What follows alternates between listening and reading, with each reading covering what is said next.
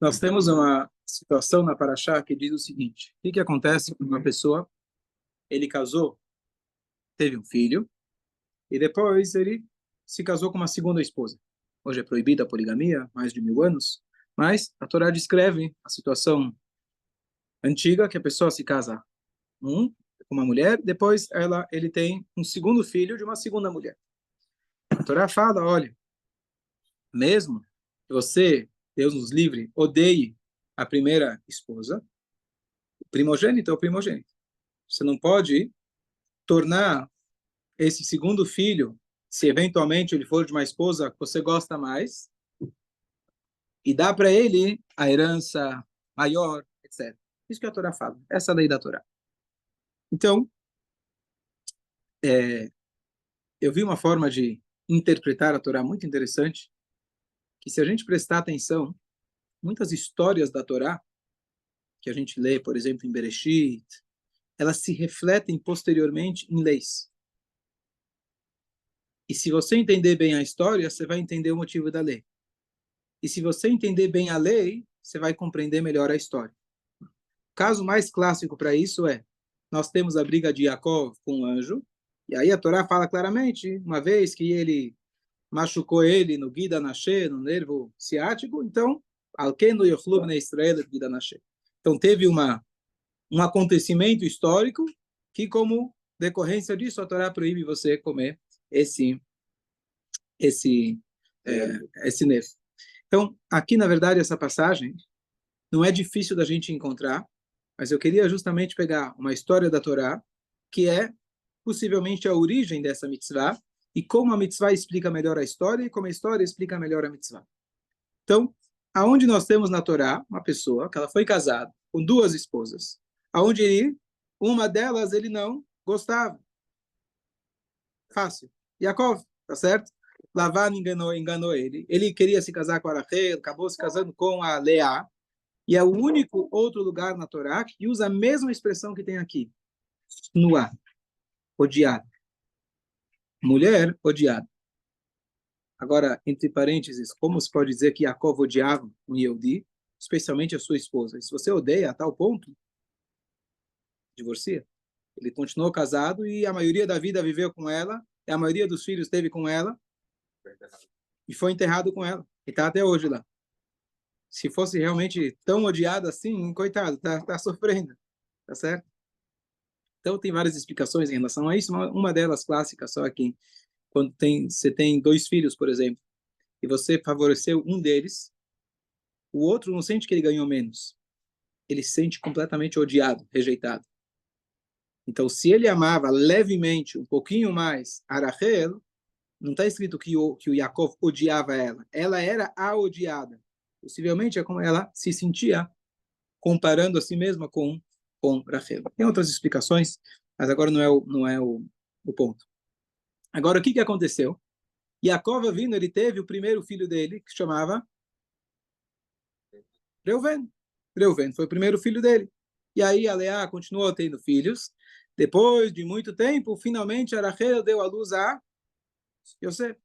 Quem é o primogênito de Yaakov? Reuven.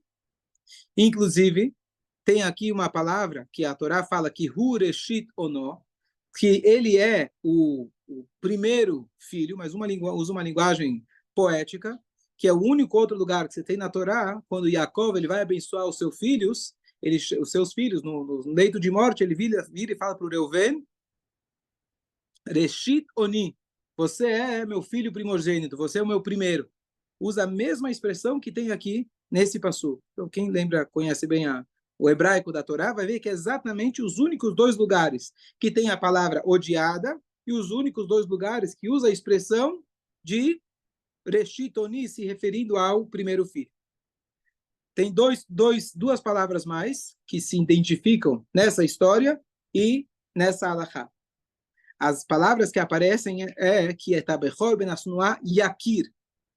Yakir em hebraico significa reconhecer. Ele deve reconhecer aquele filho mais velho. Você não pode rejeitar ele. E aí, a Torá, tinha mais uma palavra que é o Matzah, logo vou lembrar onde que está. E aonde aparece a palavra Yakir, na história de Yosef? Reconhecer. Não é difícil. Reconhecer, na história de Yosef. Quando os irmãos vieram, quando ele já era rei. Não. Eles chegam, lembrou? Eles chegam para o pai com a túnica manchada de sangue. Hakerna em Kozot Matzano. É isso que a gente encontrou. Isso que a gente encontrou.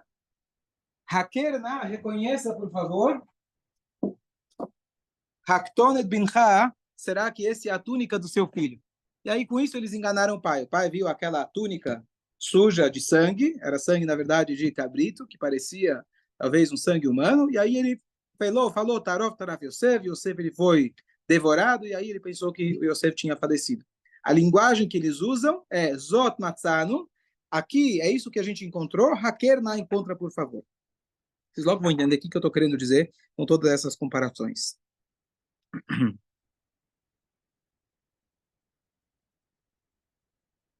E a Torá fala a linguagem, Bechol asher imatzelo, tudo que a pessoa ele tem, ele vai ter que dar prioridade para quem? Para o filho mais velho. A linguagem que os filhos de Yosef eles usam, Zot matzano. A Torá não fala a palavra no hebraico, Bechol asher yeshlo, tudo que ele tem. Bechol asher imatzelo, tudo que se encontra em sua posse. Não é uma linguagem comum. Então o que eu estou querendo dizer é, tem 4, 5 palavras únicas que mostram para a gente que esses dois casos eles estão extremamente ligados. Então, qual que é a dedução? A dedução é, por que a Torá fala que você não pode priorizar o segundo filho desse segundo casamento? Ah, eu gosto mais dessa esposa, o dinheiro é meu. Eu tenho esse direito monetário de dar para quem eu quero. A Torá te dá uma mitzvah e fala, você não pode fazer isso. Lembra o que aconteceu com Yaakov? Quando ele deu prioridade para Yosef, o que acabou acontecendo? Ele acabou sendo vendido, ele acabou se tornando escravo. No final das contas, ele ajudou o povo. É verdade. Mas poderia ter acontecido de forma diferente. Tem explicações que dizem que eles nem teriam ido para o Egito. Se não fosse a venda do Yosef, eles nem teriam ido para o Egito. Ou seja, todo o galuto que ficaram lá 210 anos escravizados, isso foi pela venda que eles fizeram com Yosef. Por quê? Porque o Yaakov, ele priorizou Yosef. Como que ele priorizou Yosef? O que eles viram que ele gostava mais do Yosef? Ele deu o manto. Na verdade, ele deu um manto para cada filho. Mas para o Yosef, ele deu 2 mantos. Ele deu aquele outro manto especial, colorido. O que ele fez? Ele deu uma herança dupla, ainda em vida, para o filho Yosef. Então, vem a Torá e fala para você, não repita essa atitude de Yaakov. Não estamos aqui para julgar Yaakov, mas se você tem 2 filhos, você não pode priorizar o filho, especialmente o menor. E só um detalhe interessante, pela lei da Torá, um filho primogênito ele tem que receber herança dupla. Filho primogênito significa aquele que foi o primeiro filho, ou seja, que não teve um aborto, Hasbe Shalom, antes, não nasceu uma menina antes, e ele nasceu de parto natural. As mesmas condições para um Pidyon Ben. Então, isso seria um filho primogênito. E, hoje em dia, na maioria dos casos, o filho primogênito, mesmo que ele tenha todas essas condições, ele não recebe porção dupla, para evitar brigas e discussões. Apesar que tem essa mitzvah da Torá, eu li a respeito, e hoje a maioria dos rabanim, etc., eles orientam para que seja uma divisão por igual e não se dê o dobro para o filho mais velho, apesar que essa é a lei a rigor da Torá. Mas o que com certeza você não pode fazer, priorizar um outro filho que não seja o primogênito, você fazendo diferença entre os filhos, olha o que aconteceu na história da Torá. E assim o Rambam traz para a gente como alahá, que a pessoa, legalmente falando, ele pode escrever um testamento, o meu filho tal, eu quero dar para ele mais. Ele pode, porque o dinheiro é teu, mas você não deve. Pode significa você tem esse poder. Se você de fato escreveu isso, essa vai ser a lei. Depois do falecimento, você vai ter que dar para aquele filho tal. Mas a Torá te fala, você pode. Legalmente você tem esse direito. Mas você não deve fazer isso. E aí o Rambam aponta para a história de Yaakov com Yosef. E ainda ele fala, mesmo que você tenha filhos, que você vai dizer, bom, esse filho merece merece mesmo um aspecto religioso, esse é estudioso, esse faz mitzvot, então para ele eu vou dar. O outro que, vamos supor, ele está longe disso, mesmo assim, você não pode priorizar os filhos. Essa é a lei, e aqui a gente vê como isso, as duas leis estão intimamente ligadas. E agora vamos voltar, então, a história explicou para a gente um pouco melhor a lei. Vamos ver como que a lei explica melhor a história. Olha que interessante. Quando eles chegam e falam para o pai, Hakerna, reconheça, por favor, de quem é esse manto. O que eles estão dizendo? Oh, estão dizendo, estão querendo enganar o pai. Mas eles estão dizendo outra coisa. Pai, olha o que você fez. Você não está reconhecendo o filho mais velho. Reconheça, por favor, de quem é esse manto. Você deu para quem? Para a pessoa errada. A concepção dos filhos. Hakerna, reconheça, por favor. É tua última chance. Que se nesse momento Jacó falasse, você tem razão, eu dei errado, era para eu ter dado para o Reuven, ele é o filho mais velho, estaria tudo calmo, eles falam, desculpa, a gente esqueceu, o Yosef estava lá na esquina, ele se perdeu lá, a gente traz ele de volta. Mas o Yaakov não conseguiu reconhecer isso naquele momento. Deus nos livre de criticar Yaakov. Yaakov, o grande dos patriarcas, quem sou eu? Mas essa é a história relatada para a gente na Torá, para a gente aprender. E a Torá não omite nada. Então, quando eles viram e falam, Hakerna, reconheça, por favor, usando a mesma linguagem que a Torá usa lá na frente, eles tinham profecia, as palavras dele tinham um sentido muito além do literal, reconheça, vê se é do teu filho, não é apenas reconheça. Hakerna, eles falam, por favor, o que fala por favor? Poderia entregar para o pai, ó, vê de quem é. Por favor, reconheça. Eles estavam implorando, pai, é tua última chance agora, antes que a gente acabe com Yosef. Reconheça de quem é esse manto, a quem ele pertence. Yaakov, ele falou, é do Yosef. E deve ser que ele foi devorado e acabou a história, acabou terminando do jeito que a gente conhece. Então, essa é só a metodologia, esse pensamento de você pegar uma história, uma alahá, como que a Torá, na verdade, muitas vezes você tem uma alahá que ela está refletindo uma história. E se você entender melhor a alahá, ela vai também explicar para a gente de maneira mais profunda aquela história. A lição é prática para a gente não priorizar os filhos e a gente tentar o máximo possível ser o mais justo. Justo não quer dizer dar igual a todos, justo é dar para cada um aquilo que ele precisa. E mesmo assim, digo por experiência, vai ser muito difícil você dar de uma forma que todos vão achar que eles estão recebendo por igual. É quase impossível, se não impossível. Mas você tem que fazer a tua parte para tentar ser igual com todos. Dúvidas? Grandes disputas foram derivadas de... Sim, sim. Infelizmente, muitas brigas familiares têm a ver com divisão de herança. Da história toda da Torá. Sim, sim. Tudo briga de irmãos. De irmãos. Ciúmes, inveja. Alguns psicólogos dizem que toda briga de irmãos, os pais vivos, eles na verdade não estão brigando pelo carrinho, estão brigando para quem o pai vai dar razão. Mas nem o carrinho. Estão brigando para o pai chegar, pai, ele pegou de mim o carrinho. Ah, você tem razão. Aí ele ganha aquele abraço lá, aquela empatia do pai. Então a briga é para quem vai ganhar atenção.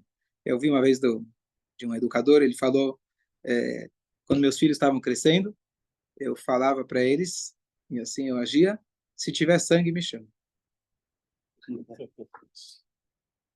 Não se envolvem na briga, porque se envolver na briga, número 1, eles não vão aprender a se proteger. Na vida você precisa aprender a brigar, infelizmente, mas faz parte. Se você não aprender em casa, vai ser difícil aprender fora, vai ser mais doloroso. E você precisa aprender depois a negociar. Os irmãos vão ter que aprender a negociar, porque se o pai intervir, o que vai acontecer? Eu dou a razão para esse. Eu dou para o outro. Então, ele perdeu a chance dele aprender a negociar as suas brigas. Então, eu tento me envolver o menos possível e, se tiver sangue, me chama. Mas o que acho que o que entra muito em disputa aí nos relacionamentos tem a questão do dinheiro sempre, muitas vezes, quer dizer, mas tem a questão também do ego e a pessoa, sabe, tipo, se arrepender realmente de uma maneira sincera, tipo, para mim um conflito, obviamente, é quando alguém falhou, normalmente os dois. Mas se eles não... Aí acho que talvez entra a missão de um pai, de entrar, não necessariamente com ter sangue, mas de falar assim, olha, sabe? Ele errou mesmo, sabe? Agora É um você sangue de pode criança, os perdoar, adultos né? é outra história. Aí, Mas você pode perdoar, sabe? Você pode, não precisa guardar um rancor a vida inteira e, sabe, se afastar do irmão, porque o irmão faz 20 anos atrás, sabe, sim, é pegou muito difícil. uma coisa errada, ou fez mesmo. Então, boa. Então, a gente aproveitar e falar do outro lado da questão, que é o que você está querendo trazer, que tentar fazer, não tem nada mais bonito e mais belo do que ser o Arona Cohen. O Arona Cohen era aquele que conseguia conciliar e aproximar as pessoas. Lembra do Arona Cohen? Então, isso serve para irmãos, marido, mulher, etc. É um trabalho muito difícil, porque, comentei outro dia no Shuj Birkei Avot, a gente fala que todo mundo tem que aprender de Aaron, que ele amava as pessoas, amava as criaturas, aproximava para a Torá, mas qual que era a grandeza dele? Na verdade, quando você tem uma briga, depois de um tempo, já não é mais o objeto da briga, não é mais a briga. Então, vamos supor, você está brigando pelo dinheiro. Depois de um tempo, não é mais o dinheiro. Você quer ter a razão. Você nem precisa daquele dinheiro, você nem está contando com aquele dinheiro, mas você fica ofendido que o outro te desprezou. Na essência, a maioria das brigas são essas. Porque se for uma questão monetária, vamos supor, tá, então divide. Tá, então vamos julgar quem tem razão e dá para ele. Mas se deu para ele, ainda ele vai ficar chateado. Então, o que o Aaron ele fazia? A ideia é que ele chegava para um, ele falava, olha, o outro está arrependido. Lembra dessa história? Aí chegava para o outro está arrependido, só está com vergonha. Aí eles se encontravam e eles faziam as pazes. Não sei se isso vai funcionar. Se alguém chegar e falar, olha, o outro está arrependido, está arrependido, está nada, não vem com história. Não vem com esse truque. Mas a profundidade das palavras do Aaron era o seguinte: o outro está arrependido significa, nessa altura do campeonato, não tem nem o que resolver, praticamente falando. Isso é consequência. A gente vê depois com quem vai ficar. Ele chegava e falava, o outro já concordou que você está certo. Ele falou que eu estou certo? Falou, ufa, tá bom. Então, já me acalmou. Aí ele chega para o outro e fala a mesma coisa. O outro, ele sabe que ele está errado. Ele concorda que você está certo. É sério? Poxa. Aí quando eles se reencontram, os egos já abaixaram, a ofensa diminuiu, e aí é mais provável que eles vão conseguir resolver. Porque o que acaba numa briga, na verdade, eu não fui considerado, não deram para mim a consideração adequada. A Arona Cohen tinha essa sabedoria de conseguir manter esses dois lados, mantendo a dignidade de ambos. Que muitas vezes acontece, por esse é o problema de um pai julgar dois filhos, que aí ele acaba tomando, sem querer, ele acaba tomando posições, tomando partidas. Então, às vezes é melhor uma pessoa de fora, que ele vai conseguir ser objetivo e ele vai conseguir dar, entre aspas, razão para os dois, escutar o lado de cada um de uma maneira realmente empática e assim ele tem mais chance de resolver o conflito. E o Aharon também não teve ciúmes do Shem. Então, acho que ele, por isso, talvez por isso que ele torceu, conseguia fazer isso. Quer dizer, ele realmente tinha ele tinha essa humildade absoluta. Ok. Próxima passagem muito bonita. No final da nossa paraxá, aparece de novo, a gente faz a leitura da guerra de Amalek. Moshe, na verdade, ele recapitula a história de Amalek e, de novo, lembra aquela mitzvah, Timche et Zechar Amalek, apaguem a memória do povo de Amalek. Essa é a mitzvah. A gente já explicou várias vezes qual que é o significado do Amalek. Amalek significa frieza. Eles eram um povo que foram os primeiros a atacar o nosso povo. Não tinha motivo nenhum. Ele não era uma disputa de terras, eles eram nômades. Mas essa é a explicação clássica que a gente já falou sempre. Eu quero falar um outro detalhe. E a pergunta é, todos os povos que nos atacaram ao longo das gerações, cada um tinha a sua motivação ou desculpa. Então pega, por exemplo, Midian. A palavra Midian simboliza para nós, na verdade, o tipo de briga sem motivo, Sinat Hinam. A gente explicou isso algumas semanas atrás, quando a gente teve a guerra de Midian. Mas você não encontra na Torá, que a Torá diz para você, acabe com Midian. Vamos matar todos os egípcios. Vamos matar todos. Faltaram na nossa história pessoas que foram contra nós? Você não encontra, tirando Amalek, a mitzvah de você acabar com a lembrança deles. Muitas vezes aconteceu guerras que você precisa acabar com eles. Mesmo os 7 povos nativos de Israel que têm a mitzvah de você destruir, ainda assim você dava para eles a chance deles se subjugarem, submeterem ao povo judeu. Você dava a chance para eles fugirem, irem embora. Senão, eles iam para a guerra. Amalek, você tem a mitzvah de extirpar, acabar com eles. O que tem de tão grave no Amalek, que é essa mitzvah em especial? A Torá fala, esse povo, você precisa acabar com ele. Eles foram os primeiros. Foram os primeiros, ok? Pegaram um momento Hã? mais fragilizado. Deus mandou. Essa você não vai questionar. Essa você não vai questionar. Essa você gostou. Certo? E no momento mais fragilizado. Boa. Então a Torá fala pra gente, muito bem lembrado, Ve'atá ayef ve'agia. Perfeito, Jorge. Então a Torá fala, por quê? Qual que é a história de Amalek? Você estava saindo do Egito, Ve'atá ayef ve'agia. Você estava cansado e Yageia, quando a pessoa se esforçou demais, ele está exausto. E nesse momento ele foi lá, se aproveitou do momento da fragilidade, pegou os mais frágeis e eles vão lá e eles atacaram você nesse momento de fragilidade. Perfeito. Então a ideia, quando a gente fala de Amalek, hoje a gente não tem essa mitzvah em termos práticos, lembra disso? Eu não lembro. A gente tem o conceito da mitzvah.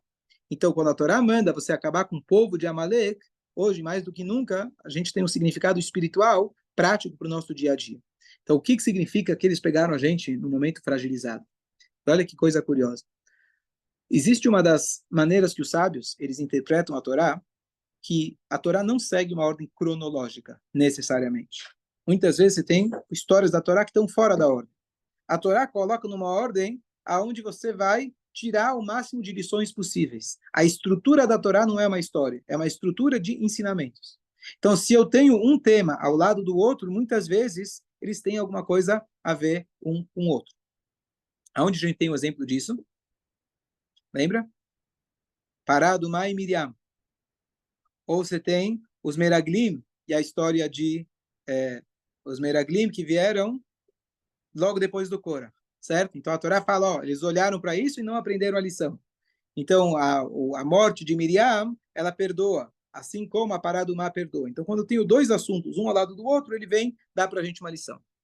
Então olha que interessante, a palavra que a Torá usa em relação a extirpar, acabar com a memória da Amalek é timche. Limchot em hebraico é apagar. Se você quer uma borracha, se fala machak. Então a Torá fala timche, apague a memória do Amalek. Não sei se é o mesmo verbo, um é machak, outro é meche, mas a ideia é a mesma. Logo antes desse tema na Torá, a Torá traz para a gente as leis do levirato, do ibum. Qual que era o caso, lembra? Se um homem ele se casa e aí ele morre sem deixar filhos. A Torá fala que o irmão dele ele deve se casar com a cunhada, senão ele tinha que fazer aquele processo de halitzá. Vamos deixar o halitzá. O que significa se casar com a cunhada? O homem faleceu sem deixar frutos aqui, então o irmão, que é da mesma família, mesmo sobrenome, ele se casando e tendo filhos, ele se torna, na verdade, ele substitui totalmente o lugar daquele falecido, tanto é que a herança vai diretamente para ele, ele é praticamente como um substituto, e aí o filho que nascer vai perpetuar a memória do falecido. Certo? Sim? Lembra dessa alahá? O que a Torá usa? Qual que é a linguagem que a Torá usa? A Torá usa a linguagem... A Torá fala, Velo imachesh shmo me Israel. E o seu nome não será apagado do povo de Israel. Por que você tem essa mitzvah de perpetuar o nome do falecido? Para que o nome dele não seja apagado. Lembra alguma coisa que a gente falou há pouco? Apague a memória do Amalek, não apague a memória do falecido. O que acontece quando alguém falece? Você tem pessoas que ficam fragilizadas. Quem fica fragilizado nesse cenário? Não tem filhos. Não tem filhos. Quem fica fragilizado? Um homem era casado, tinha esposa. Quem fica fragilizado? A esposa, uma viúva. Você tem uma mitzvah da Torá em especial, de cuidar de uma viúva. Ela fica fragilizada. Então lembre que ela está fragilizada nesse momento. O que a Torá fala? Vai lá e perpetua o nome de quem? Sabe quem mais está fragilizado? O falecido.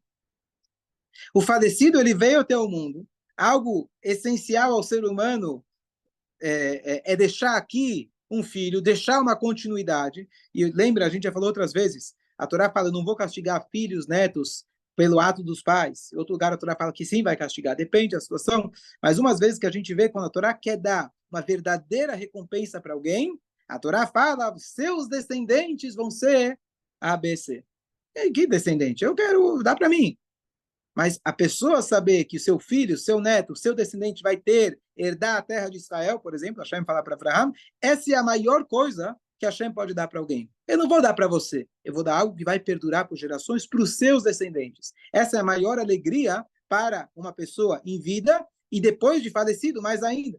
Se a pessoa falece e ele, Baruch Hashem, deixou filhos, e filhos que estão agora desfrutando da educação que ele deu, não tem nada maior do que isso. E quando ele está lá, ele vai perceber isso muito mais.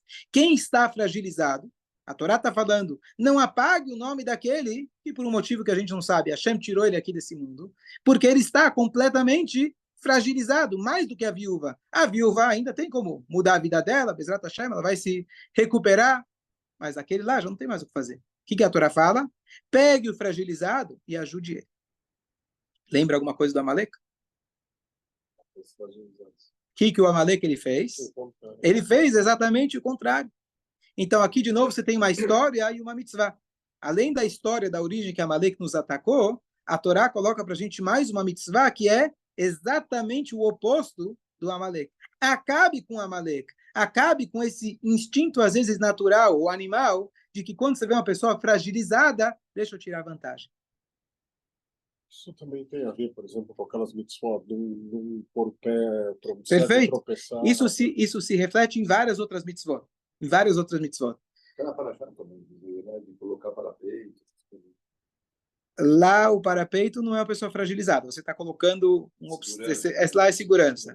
Mas você não colocar o obstáculo na frente do cego, não se aproveitar de um convertido que ele tem a fragilidade, que ele veio de outro lugar, não se aproveitar de uma pessoa que está... Você tem várias mitzvot que começam na Torá, mas essa aqui, a Torá coloca literalmente lado a lado. Mais um detalhe interessante, se a gente for olhar em Shemot, lá na história de Amaleque, o povo, na verdade, foi atacado por Amaleque. Como que eles ganhavam a guerra? O que a Torá conta para a gente? Dependia de uma outra coisa que não era a guerra em si. Boa, Moshe Rabbeinu estava em cima da montanha, quando ele levantava o braço, então o povo ganhava. Claro, diz a Mishnah para a gente, não é o fato de levantar o braço, mas significa que o povo olhava para cima, se lembrava de Hashem, eles ganhavam a guerra. Diz para a gente a Torá, de repente, Videi Moshe Kveidim, Moshe Rabbeinu estava já com 80 anos, as mãos dele se tornam pesadas. O que a Torá conta para a gente? O que aconteceu? Como que as mãos dele se mantiveram no ar? Com ajuda. Com a ajuda de quem? Aaron e Hur, o irmão e o sobrinho. Ou seja, na hora da fraqueza, aqui era algo mais espiritual, fraqueza espiritual de Moshe Rabbeinu, que representava a fraqueza do povo, o que acontece? Chega o irmão, chega o sobrinho e fala, estamos aqui para te ajudar.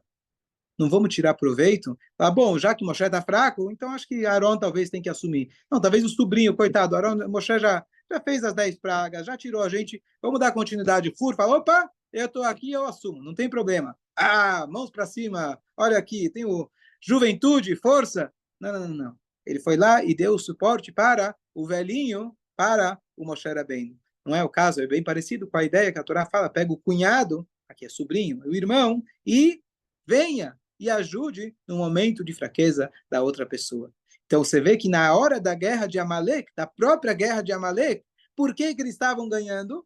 Uma explicação mais profunda, não somente porque o povo olhava para cima, eles estavam olhando a mão que estava erguida com o suporte de uma outra pessoa, que eles estavam dando o suporte na hora da fraqueza. Isso que faz ganhar a guerra de Amaleque. Amaleque veio e se aproveitou do teu momento de fraqueza. Aí a Torá fala para a gente, eles ganhavam a guerra quando as mãos de Moshe estavam lá para cima e depois com a ajuda do irmão e do sobrinho. Se eles olhavam para isso, é isso que espiritualmente é a guerra, é a antítese de Amaleque. Amaleque, ele quer aproveitar da fraqueza e a guerra foi ganha quando o povo olhou para cima e viu que um judeu, ele se levanta para um momento de fraqueza de outra pessoa. E essa característica a gente vê que não somente que a gente tem várias mitzvot relativas a isso natural, isso é algo natural do povo judeu. Existem 3 características, a gente estudou há pouco tempo do Tanakh, que os Yodim eles são Baishanim, Rahmanim, Gomlei, Hassadim. Nós temos piedade, nós temos naturalmente a prática de boas ações. Um Yehudi, quando ele vê alguém enfraquecido, ele naturalmente, ele vai lá, ele quer dar o suporte. Ele não vai e tira a vantagem. às vezes isso está desproporcional e eles acabam usando isso de forma errada. Você vai lá e ajuda o terrorista, ajuda o cara que quer te matar, porque... Então, essa é a natureza, e a Hashem, ele coloca para a gente, vocês têm que acabar com a Amalek. Se é que você ainda tem dentro de você essa natureza, infelizmente é normal. Se tem uma pessoa menos inteligente na classe, então pelo menos você fala, opa, tá bom, pelo menos eu não sou mais burro. Então é natural que o ser humano fica se comparando. Quando eu vejo alguém que é mais fragilizado do que eu, então, opa, aqui eu posso tirar vantagem. Daí vem o bullying. Se eu vejo que essa pessoa socialmente, ele não tem as habilidades sociais, onde ele consegue se destacar, opa, então deixa eu aproveitar e colocar ele mais para baixo. Assim eu vou me sentir que eu sou superior. No fato, exemplos na vida onde a gente quer tirar naturalmente com a nossa natureza animal, a gente quer tirar proveito das outras pessoas. Vem a Torá e fala para a gente, apague, extirpe Amalek. Esse Amalek a gente tem que acabar e a gente tem que estar pronto para se levantar na hora da fraqueza de uma outra pessoa. Tem uma viúva que o marido faleceu, não deixou filhos, vai lá, se levante. E a Torá fala, bom, você não é obrigado em absoluto, se realmente ela não quer, você não quer, então tudo bem. Mas não é tudo bem. Você vai precisar fazer um processo de halitzá, que seria meio que como se fosse um pedido de desculpas. Olha, queria muito, mas não vou poder. Essa é a halitzá. Então ele tem que tirar o sapato, ele tem que falar uma frase. Aquele homem não quis construir a casa do irmão, etc. Tudo bem, a Torá entende que não é todo shidduch que vai dar certo. Às vezes a menina é uma moça jovem, o irmão que sobrou é um cara 3 vezes mais velho do que ela, não vai dar shidduch, não tem como. Então a Torá entende, mas mesmo assim você tem que fazer um processo que ele seria como se fosse uma forma de desculpas. Olha, eu queria te ajudar, nesse caso não tenho como te ajudar nesse aspecto, mas claro, financeiramente eu estou aqui para te apoiar, estou aqui, vou te ajudar na tua vida, você encontrar um shidduch e estar à disposição para ajudar a pessoa no momento da sua fraqueza. Chávez. Chico, Chávez. Uma pergunta fora do... Opa!